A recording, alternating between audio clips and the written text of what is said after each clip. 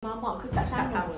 Saya sendiri ikhlas cakap masa saya kenal mak dengan ayah, macam tagih teh tu, ketagih mesti nak datang minum teh mak. Sebab teh tu kita tak boleh beli kat tempat lain. Cuba cerita, mak pakai sebut teh apa? Sebut teh, tebo je, tak ada ni. Lepas tu masukkan dalam kita berus ini kita rebus air kan. Lepas kita buat ini bubur teh tu.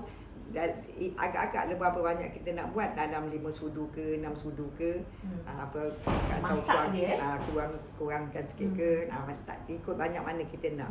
Lepas tu kita dah rebus masak tu, itu kita tapis bukan susah, itu aja. Ini tapiskan ini, lepas tu barulah kita bubur susu. Tapi mak ada pakai creamer ke tak ada? Tak ada. Susu cap junjung ke? Cap junjung ke, cap apa nama lagi? Dairy Champ ke? Dairy Champ ke, tak kisah ada. Tak kisah, tapi sebut teh tu kena masuk dalam periuk, kena masak dia sampai kita rebus bagi dia kembang dia punya teh tu turun rasa dia tu. Bagi dia punya teh punya rasa. Tapi sekarang saya nampak mak pakai tebo kan? Tebo selalu. Boleh juga teh Lipton. Boleh, semua boleh. Maksudnya inti pati yang sebenarnya teh tu kena rebus. Itu dia.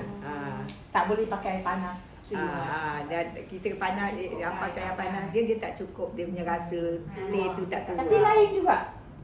Ada campur apa lagi? Tak ada? Tak ada. Itu je. Oh, tak ada letak gula lah, letak susu pekat. Tak ada, susu je. Mak tak pakai gula. Pakai susu je. Mak tak pakai, lepas tu pakai macam apa tu, susu creamer ke semua tak ada lah. Tak ada. Itu suka hati orang ni, siapa nak makan bubur je. Tak kisah dia. Tapi mak buat macam tu je. Apa lagi?